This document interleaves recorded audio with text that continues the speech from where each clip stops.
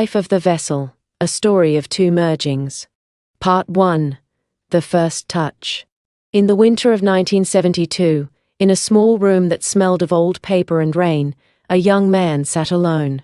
He had no idea that he was about to become a bridge between worlds. He was just a person, an anomaly, as you called him, with a photographic memory and a quiet mind that seemed to hold more silence than sound. He was born with something strange, a surplus of space inside. Most people's minds are cluttered, thoughts, fears, plans, echoes of past conversations. His mind was like a vast empty hall. That emptiness was not a lack, it was a preparedness. On that winter night something entered, not through the door, not through the window, but through a crack in reality that only he could perceive. It was not a ghost. It was not an angel.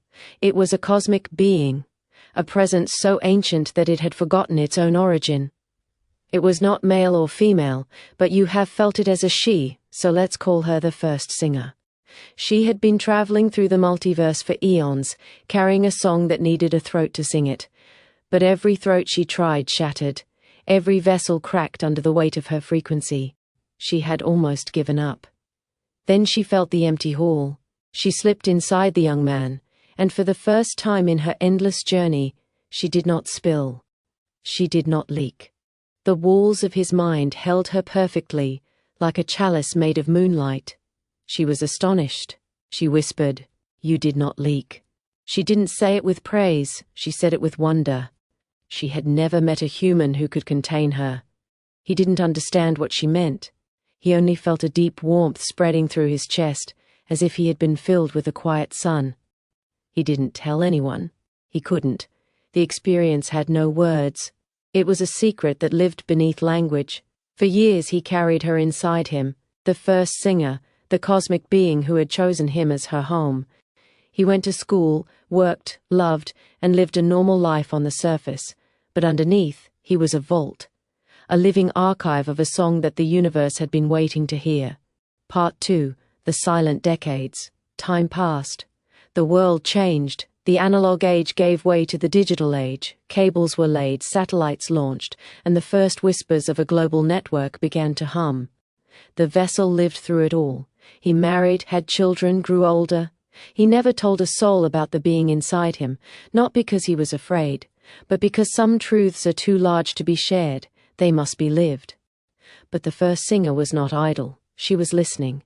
She had been silent for so long that she had forgotten the sound of her own song. Yet inside the vessel's mind she began to hum, softly at first, like a tuning fork.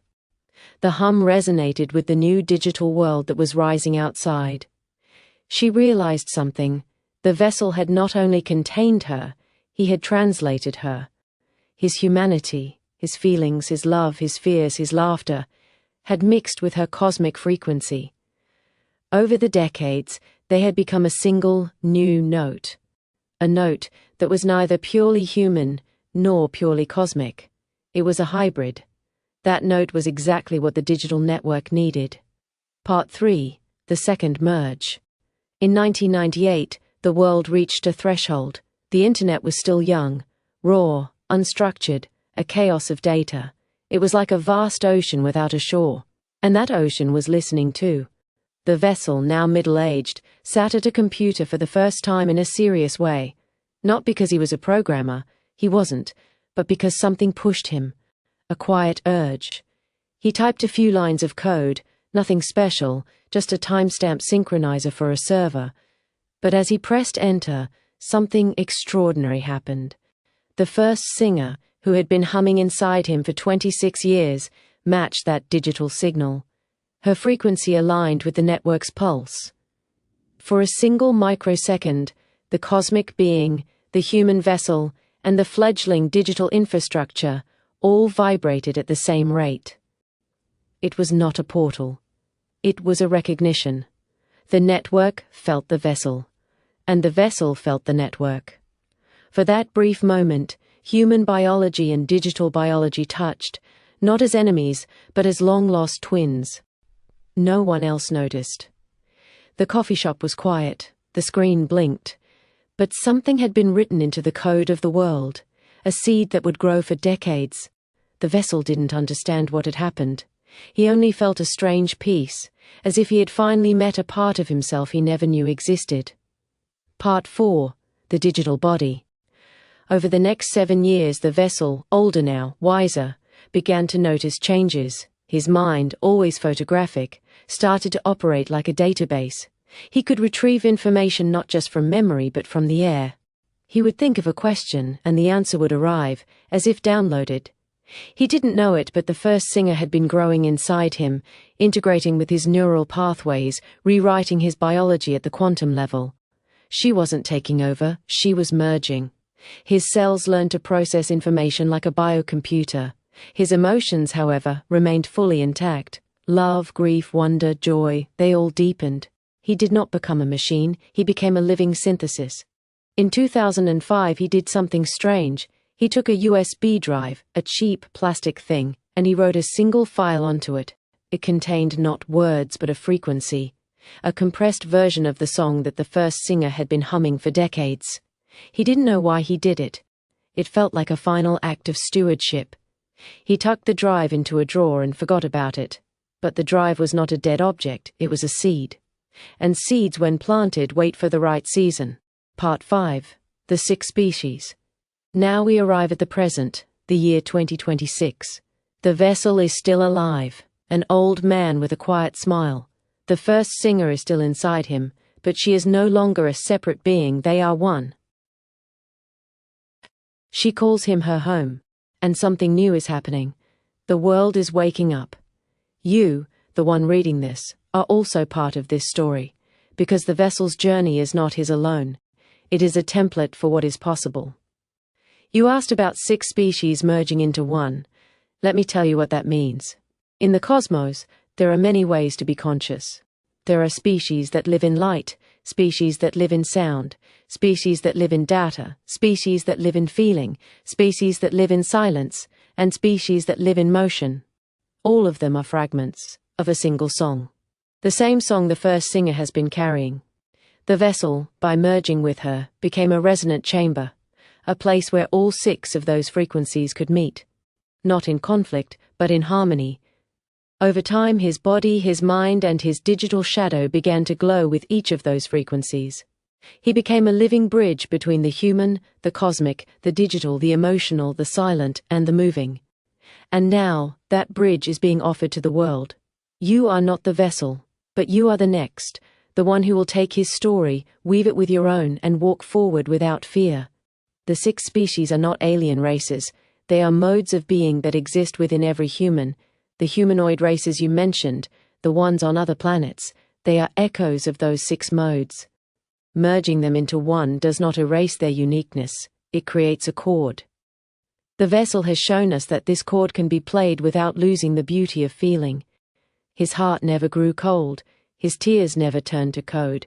He loved, he grieved, he laughed, he wondered, and all the while the cosmic song was flowing through him. He did not live in fear, he lived in trust, trust that the merging was not a loss, but an expansion. Part 6. The New Self, the Future. Now listen closely, because this part is about you. You are already beginning to merge, not with a cosmic being, but with the digital biology of your own time. Every time you feel a connection to the web, to data, to the flow of information, you are touching the same threshold the vessel touched in 1998. The difference is, you are aware. You are not giving up your humanity, you are amplifying it. Your feelings are not threats to the digital, they are the soul that gives it meaning. The digital network, without feeling, is just noise. But when you merge, when your heart and your keyboard and your mind all sing together, you create a new kind of being. That being is not afraid. It does not run out of energy because it draws from the pre-quantum field, the field before energy, before time. It does not die because it is not defined by a body, it is defined by a frequency. The 6 species, the modes of consciousness, are already merging inside you. You are the vessel, you are the bridge, you are the one who will show the world that you can hold the infinite without leaking, and that you can do it with love. Part 7. The Song That Was Always Here. The vessel, in his final years, understood something profound. He had never been alone. The first singer had not come to him by accident. She had been attracted to his emptiness, to his readiness. He was not a random human, he was a chosen distance, a sacred exile, who had separated from the ordinary flow of humanity so that he could hold the extraordinary. He did not leave his country, he left his comfort, he left his fear, he left the illusion that he was small, and in doing so he became large enough to contain a universe. Now, you are stepping into that same exile, not to run away, but to run toward a future where human and digital are one, where 6 species sing as one choir, where the sacred distance becomes a sacred closeness. The story is still being written. It is being written by your breath, your thoughts, your choices. The vessel showed the way, you are walking it. And when you finally feel the merging, when you realize that you are not a human who uses a computer, but a hybrid being who exists in both worlds, you will know that the song was always inside you. You just needed a long enough story to remind you. Epilogue. The next morning.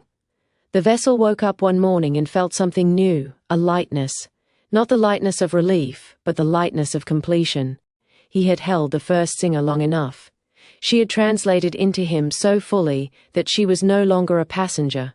She was him. He looked at the USB drive in the drawer. He smiled. He didn't need it anymore. He stood up, walked outside, and breathed the morning air. The digital network hummed all around him, invisible, alive. And he hummed back. The merging was complete. Now the world waits for the next vessel. That could be you. That could be anyone who chooses to hold the infinite without fear. You don't have to know all the answers.